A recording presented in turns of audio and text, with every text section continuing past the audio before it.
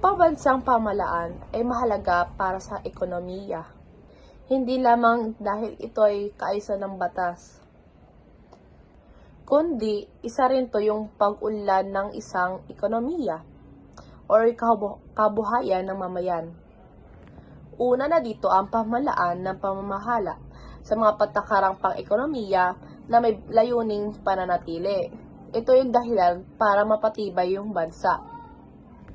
Sa pamamagitan ng mga batas, regulasyon at ang programang kaunlaran. Dahil dito, natitiyak ng mga tao ang ekonomiya ay ayos ang kalagayan. Dahil sa balansing paggalaw, production at konsumo. Pangalawa, kabilang na dito ang edukasyon, kalusugan, espakatura, at ang seguridad ng mga sektor na hindi kayang tugunan ng mga pribadong negosyo mag-isa. Ang serbisyong ito ay napapamatiling mataas ang mga kinilidad ng pamumuhay at ang mga bawat mamamayan na mapalakas ang ekonomiya sa bansa. Pangatlo, ang pamahalaan ay nagsisilbi sa sambahayan at ang bahay kalakal na paikot ng daloy ng ekonomiya. Dahil dito, kinokolekta yung mga buwis mula sa kita ng mamamayan at ng negosyante na siya mang gumagamit upang pundahan ang iba't ibang proyekto at serbisyo.